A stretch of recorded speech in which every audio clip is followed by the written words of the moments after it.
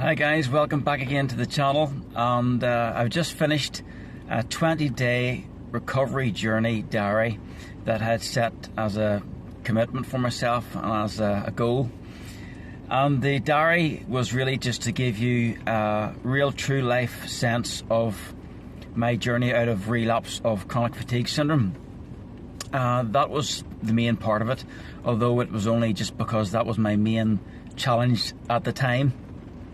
And it just so happened that although I couldn't read the future, obviously, I had set myself a goal of 20 days just as a run and something to aim for. And it just so happened that when I finished my 20th day, it was really time for me to begin to go back to work again. I'd been off for about 5 months off work, so it had been a really prolonged time of being off work. And that really tells a lot, because it tells us an awful lot about what happens with our minds when we set a trajectory, we set an intention. Our minds can do an awful lot to heal our bodies. When we are moving forward, when we're making progress, when we're going somewhere, it's doing a lot of good to our body and to our recovery and to our physical and mental health. So although I didn't know that I would be really pretty much ready for returning to work in 20 days, I'd set that as a goal.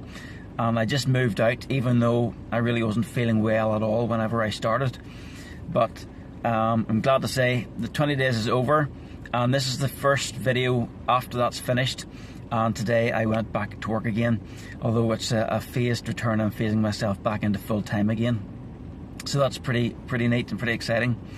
So I'd mentioned a little bit further back that when the 20 days were finished, that I was probably going to change things up a bit. And what I'm going to do from here on in is I'm going to continue with the theme of journey, and with it being a real true life take on my progress towards my dream. And that will include my challenges, my mistakes, my mishaps, and my victories, and the things which are really working for me, and the things that I'm learning on the way. Now, I did mention in the last video on day 20 that I was going to talk a little bit more about stress, because I'd mentioned that I'd learned there's really different types of stress. And today I want to speak a little bit about the stress that comes from worry.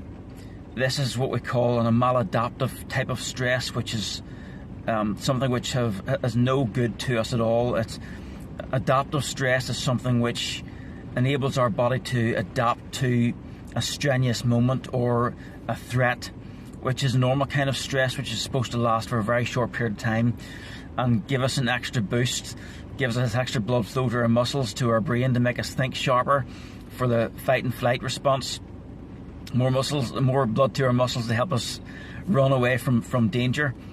But today I want to really focus on the maladaptive kind of stress, where it's really coming from a place of worry. And I've spoken quite openly about the fact that during my 20-day journey, I was coming to the conclusions that I had probably been on the autistic spectrum early on, and probably still am to some degree, although I've obviously learned how to overcome or work around a lot of the things that I experience in that regard. And also that I'm probably on the ADD spectrum as well. I've never been any way hyper at all, or experienced any hyperactivity. So I think it really is very, very much like the attention deficiency disorder that people can have. And the reason I mention that now is because this affects young children so much, not only with something like ADD or dyslexia or any other neuro diverse symptoms or experience. Anytime we're experiencing what we perceive as a difference between ourselves and our peers or those around us, it brings anxiety, because we begin to worry that we're not going to match up. And of course, if you've got some kind of neurodiverse experience and you're struggling with the work that's been given to you in school life, then obviously you're going to feel like you're somehow less than compared with those around you. other people around you seem to be finding things really easy, and you're struggling and finding instructions really hard to take in, hard to recall facts that you've been given or you're trying to learn, and just processing skills like that, and any other kind of difference that we experience growing up, or things that we perceive as being different, then it creates a worry. And then what we can do then is we can withdraw into our little fortress, metaphorically speaking. We create an image, we create a wall around ourselves, and we project an image that we hope is going to meet up with other people's expectations. And of course, it does help to some degree, and we think anyway, we think that it's doing us good, but actually what's happening is, because we're not revealing our true selves to the world, and we're revealing a false self to the world, that fortress that we've created for ourselves and around ourselves then becomes a prison, and we then can live in perpetual anxiety every time we come into a socially busy environment, or somewhere where we're going to be interacting with other people. And what's actually happening is that we are trying to project the image that we hope is going to meet other people's expectations, to avoid rejection, to avoid the pain of feeling not enough, experiencing reactions from people that are going to make us feel embarrassed or ashamed or disliked or disapproved of. And when we experience those kinds of occurrences, that's when we create a strategy to try to avoid it from happening again. And of course, when we do that, then it can become a habit, and it can become a lifestyle choice. Talking from a very personal perspective, I think that this is what happened with me. I think I probably had differences in the way that I related to people. I do believe I probably have had autism, or have been on the autistic spectrum, and I wasn't able to engage with normal chit chat or small talk like other people. I only really was interested in speaking when it's something of interest to talk about, and so it made me feel like I was odd. And so I tried to make myself into a chatty person, tried to make myself into someone who was socially confident and socially outgoing. And I got into the habit of that and did that throughout most of my life.